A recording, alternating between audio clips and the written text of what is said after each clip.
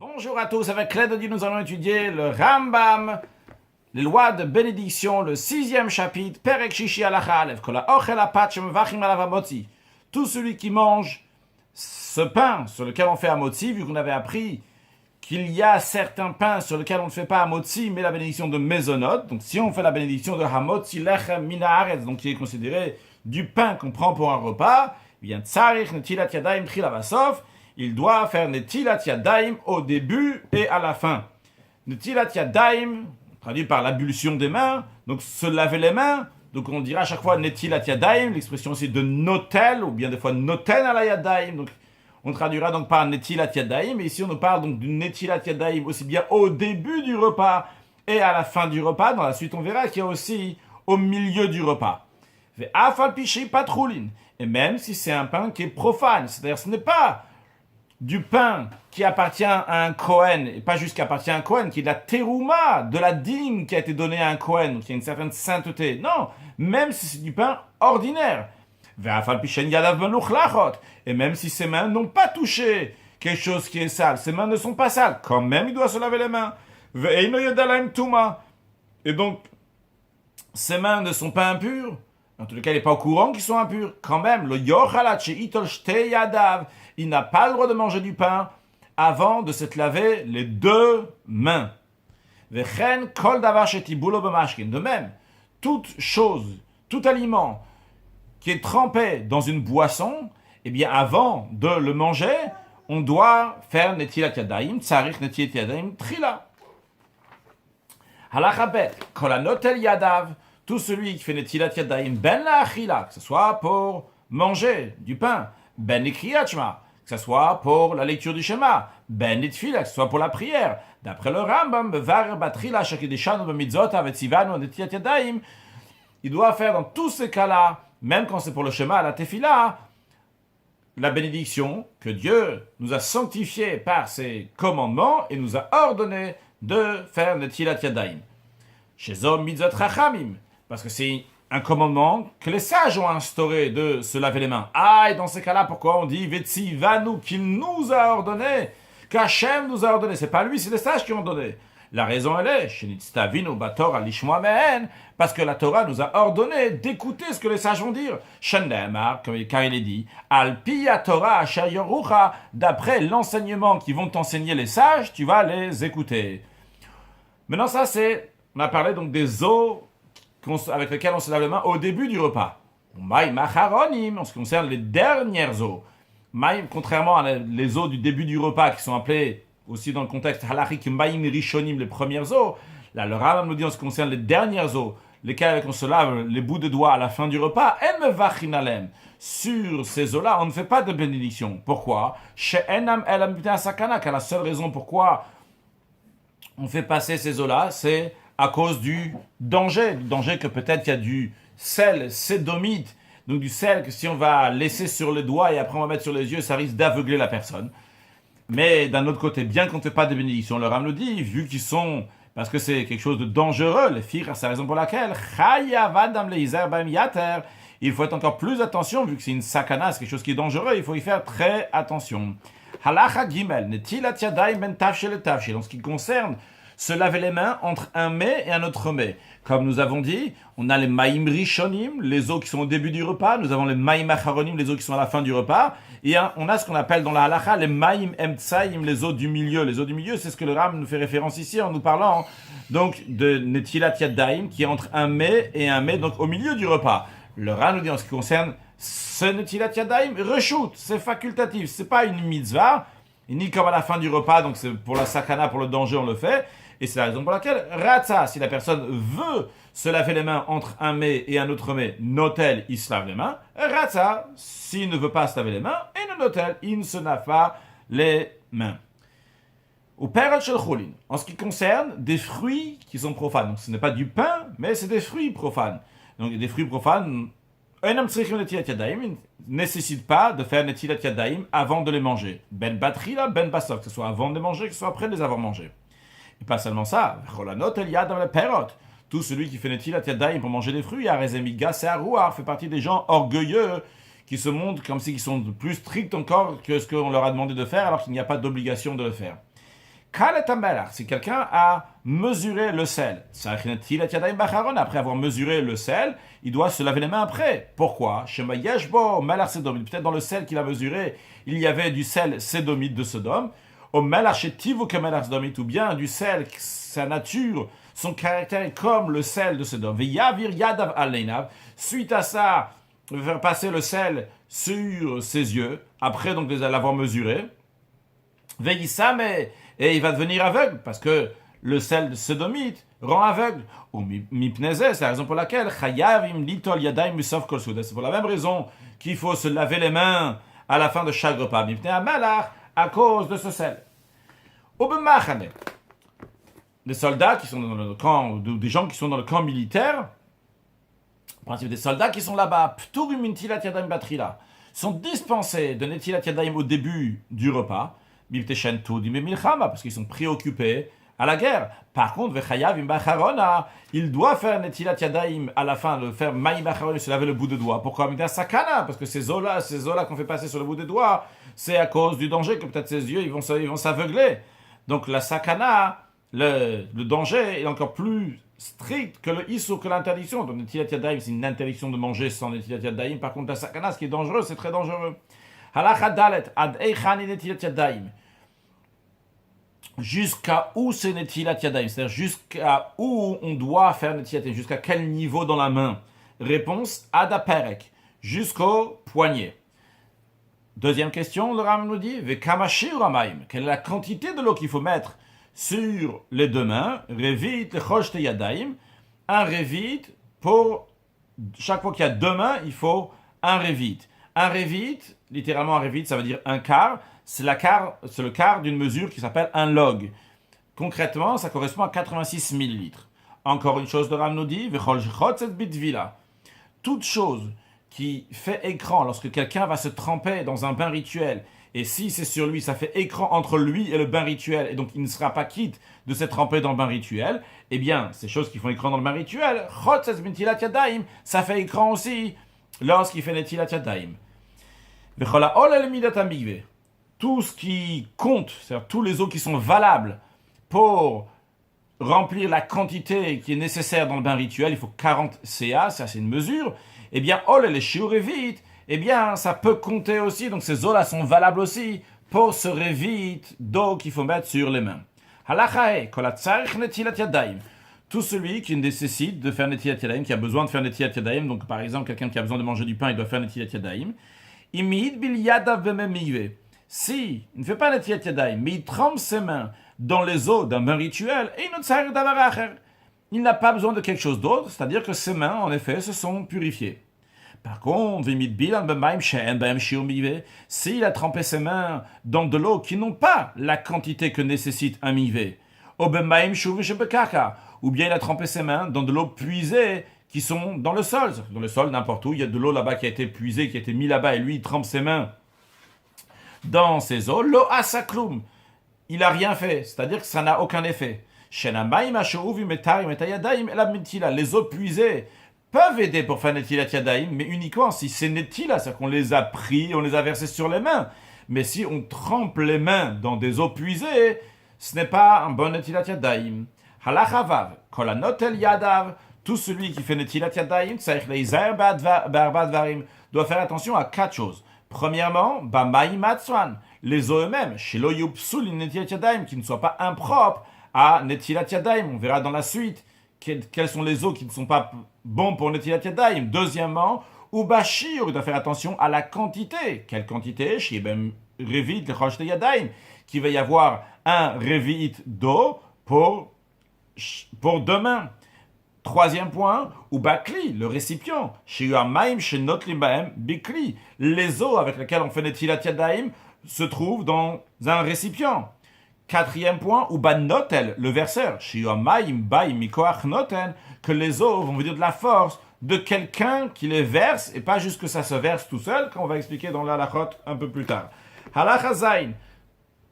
Arba advarim poslim et tamayim. En ce qui concerne l'eau, il y a 4 choses qui rendent impropre l'eau, on ne pourra pas faire netilat yadayim avec.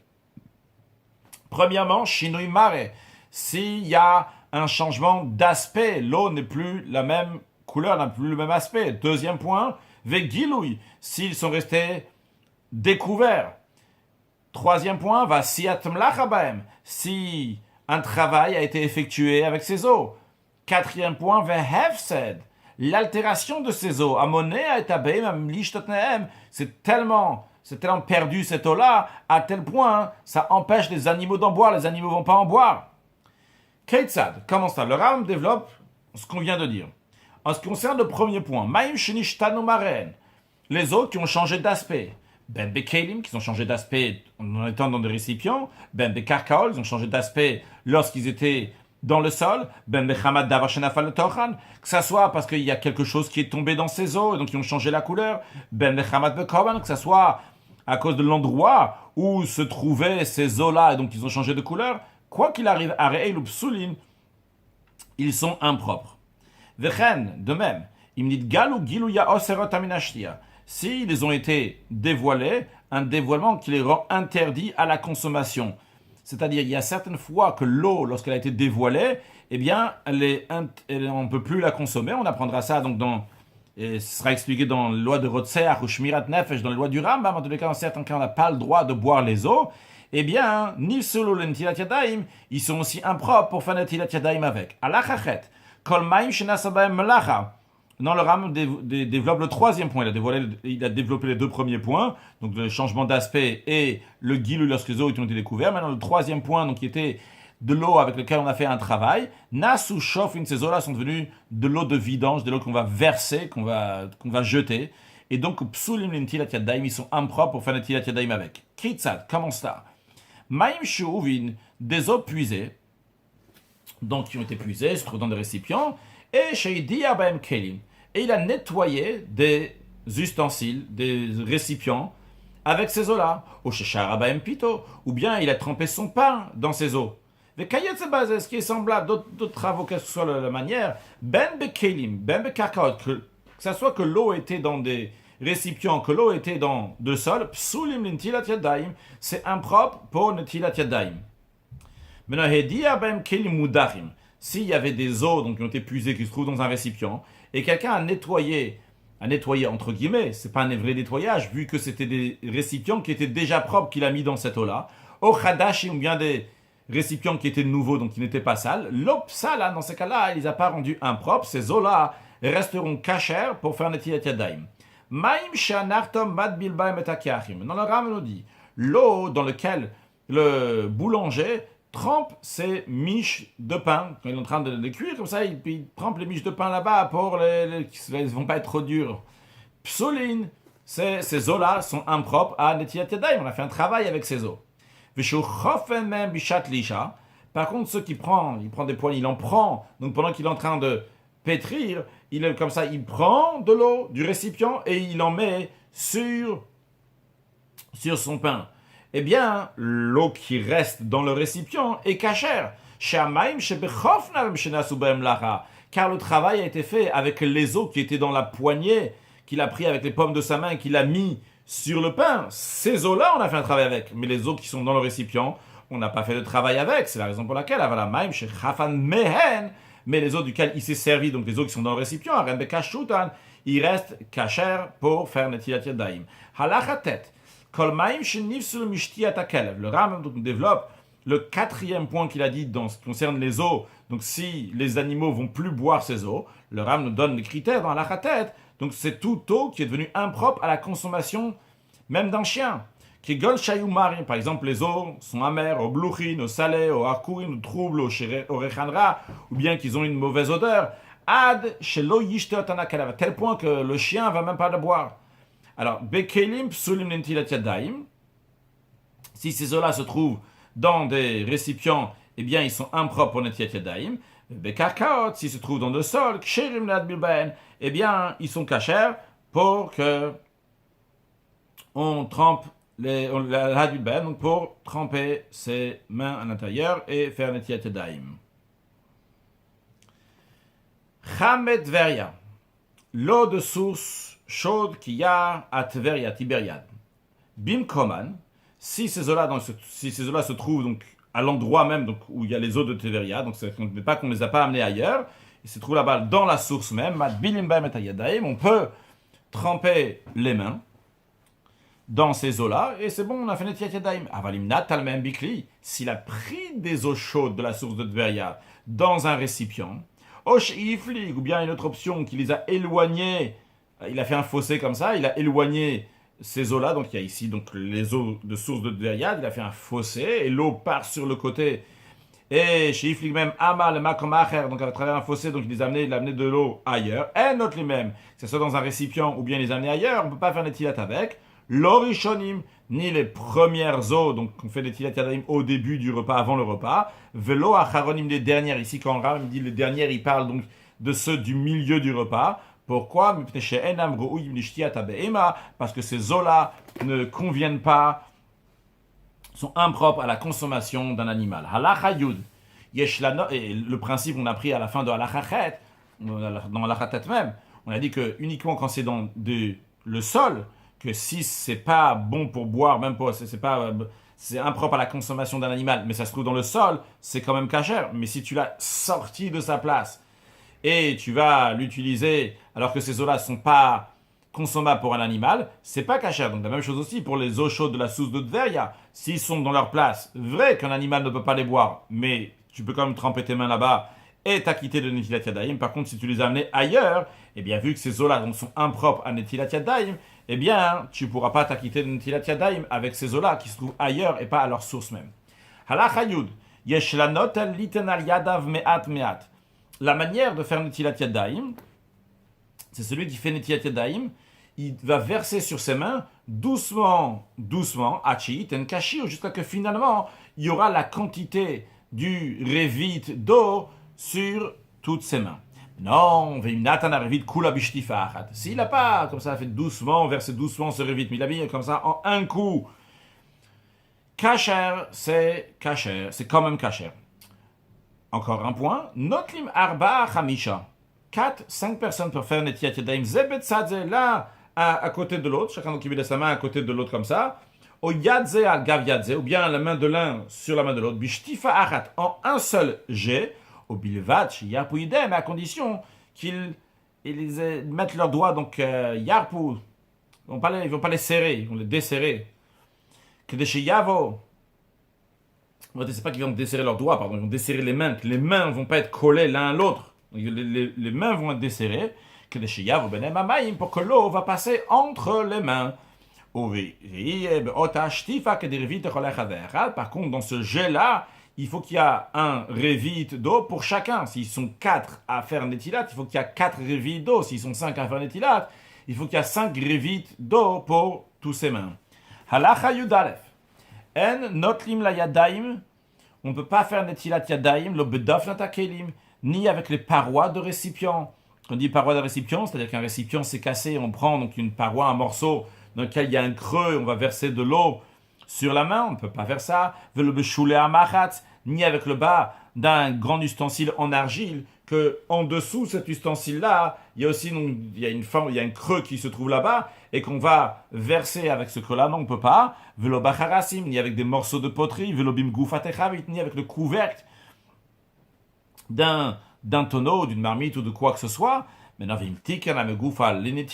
s'il a modifié le couvercle de manière qu'on peut faire un Netilat Yadayim, la manière de le modifier, c'est-à-dire qu'il va pas être, qu'il va être bien plat et qu'on va pouvoir le poser sans qu'il s'appuie sur quelque chose d'autre. En général, donc les couvercles ne peuvent pas se mettre à l'envers et de rester d'eux-mêmes, donc bien comme un keli, comme un récipient. Mais s'il a modifié de manière que ce couvercle-là va pouvoir donc maintenir de l'eau sans qu'il s'appuie sur quelque chose d'autre, on peut oui faire un Netilat Yadayim avec. De même, une outre, c'est-à-dire un ustensile donc qui est fait, un récipient qui est fait avec une peau de bête, chez Tikna, donc qu'il a arrangé de manière donc ça peut se tenir et avoir de l'eau à l'intérieur sans s'appuyer sur quelque chose d'autre. Notim bala yadaim, on peut faire un Netilat Yadayim avec. Aval sac vekupa, en ce qui concerne un sac ou bien un panier.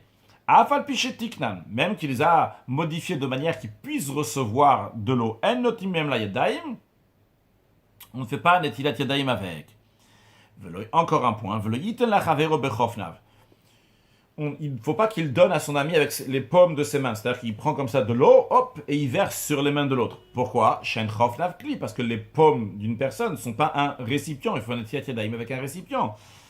Encore un point, avec kelim shenishberu, et si des récipients se sont brisés, shvira metaeret otamidetuma, ils sont brisés d'une telle manière que ça les rend purs de l'impureté. Il y a certains critères, ce n'est pas le contexte maintenant, mais lorsque l'ustensile il est tellement brisé, il n'est pas considéré un ustensile en ce qui concerne l'impureté, et donc il ne reçoit plus d'impureté. Un des critères pour un ustensile, un récipient qui devient impur, c'est qu'il soit un récipient. S'il a été brisé d'une telle manière qu'il n'est même plus considéré un récipient, eh bien, on ne peut pas faire netilat yadayim avec. Pourquoi? Parce que c'est des débris d'ustensiles. Halacha yudbet. Avec tous les récipients, on peut faire netilat yadayim. C'est toutes les sortes de matières de récipients. Afilu kleglalim. Même si c'est des récipients qui sont faits à base d'excréments d'animaux, ou kle adama, des ustensiles qui sont faits à base de terre non cuite. Mais la condition qu'il faut, bien qu'on peut prendre toutes les matières de récipients, mais il faut qu'il soit en entier. Non pas troué, non pas brisé, non pas cassé. Kli she'inomar zigrevit. Un récipient qui ne contient pas un révit d'eau, il est trop petit, tu ne peux pas mettre un révit à l'intérieur. Ou bien il peut contenir un révit d'eau, mais juste qu'actuellement, concrètement, il n'y a pas un révit d'eau. On n'a pas le droit de faire netilat avec. Halacha yud gimel. En ce qui concerne les personnes qui versent l'eau, les verseurs, on avait appris parmi les conditions, donc il faut faire attention aux verseurs. Quels sont les verseurs? Tout le monde est valide pour faire netilat yadayim, pour verser sur les mains. Afilu cheresh, même un sourd-muet, shoter, un aliéné, avec katan, un mineur.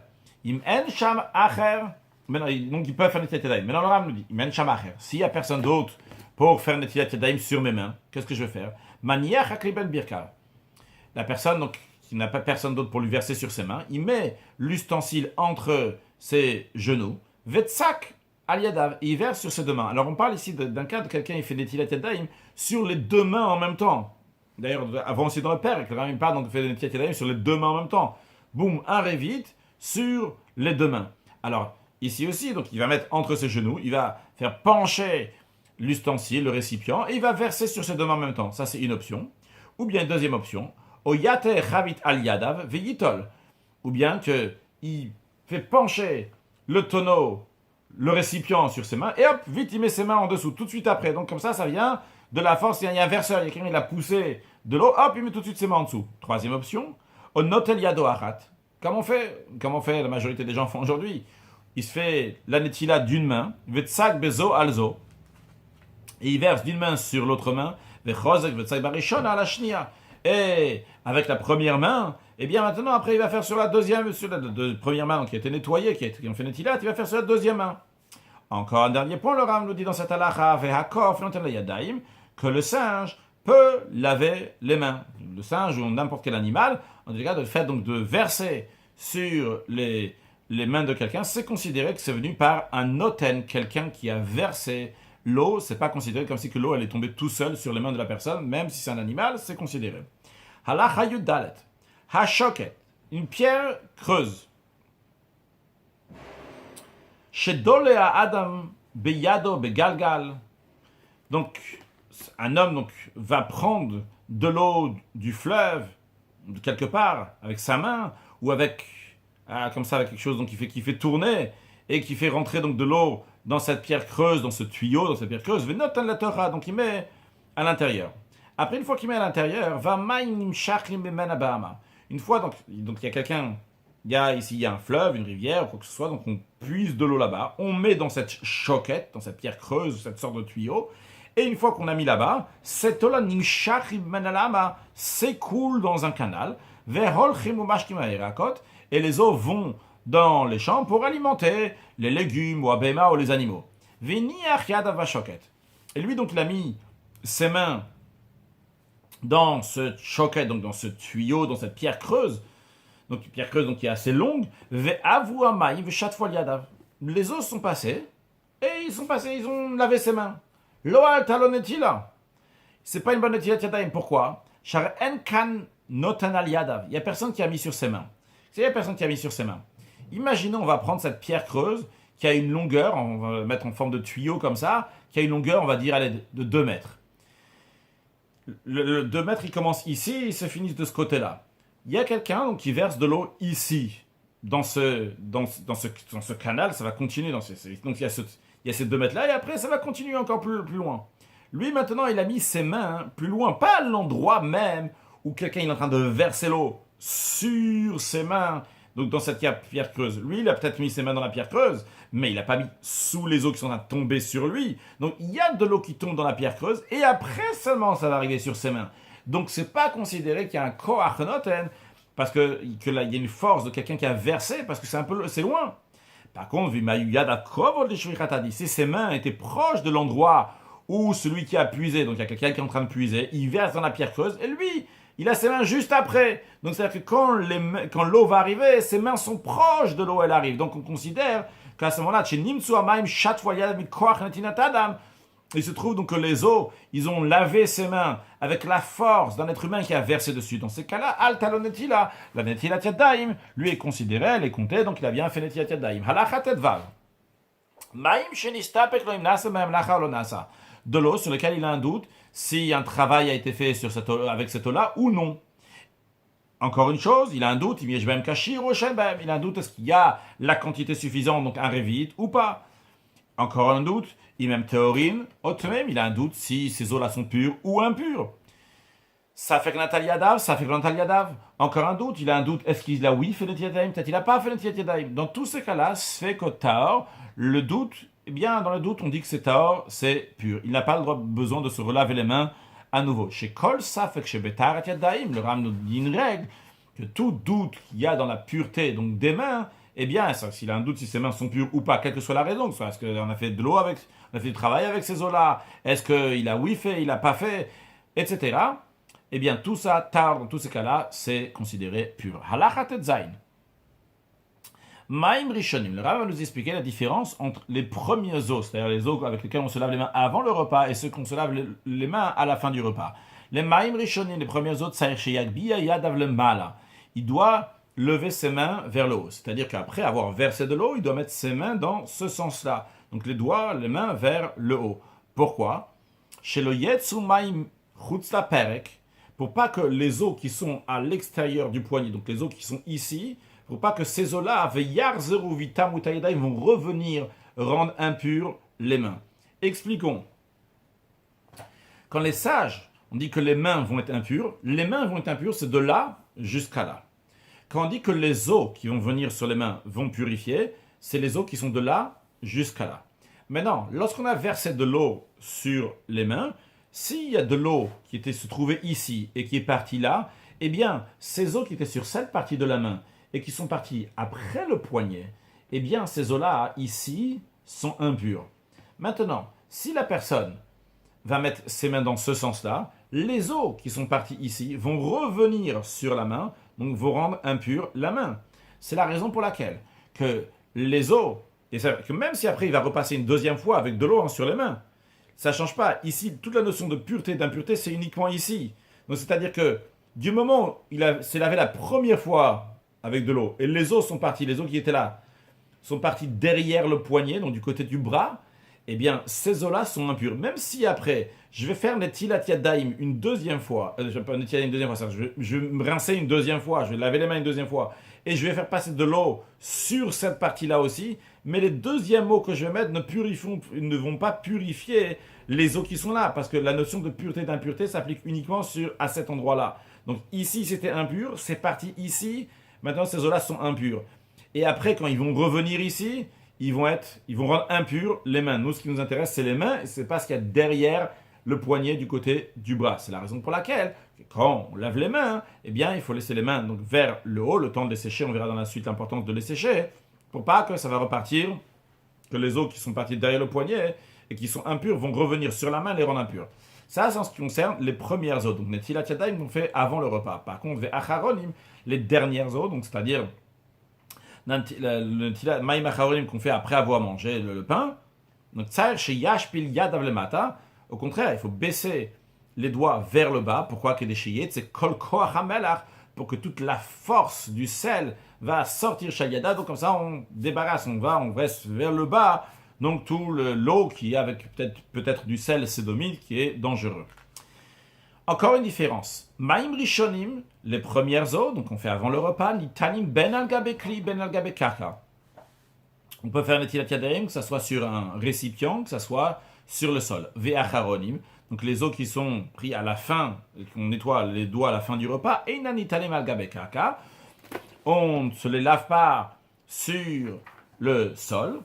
Encore une différence entre les maïm rishonim et maïm achonim. Maïm rishonim, donc les premières eaux, ben bechameao, on peut se laver les mains avant le repas, que ce soit avec des eaux qui ont été chauffées au feu, donc de l'eau qui est très chaude, ben betsonen, que ce soit avec de l'eau qui est froide. Par contre, acharonim, les dernières eaux, en nitalim bechamin, on ne peut pas faire un netilat yadayim avec de l'eau chaude.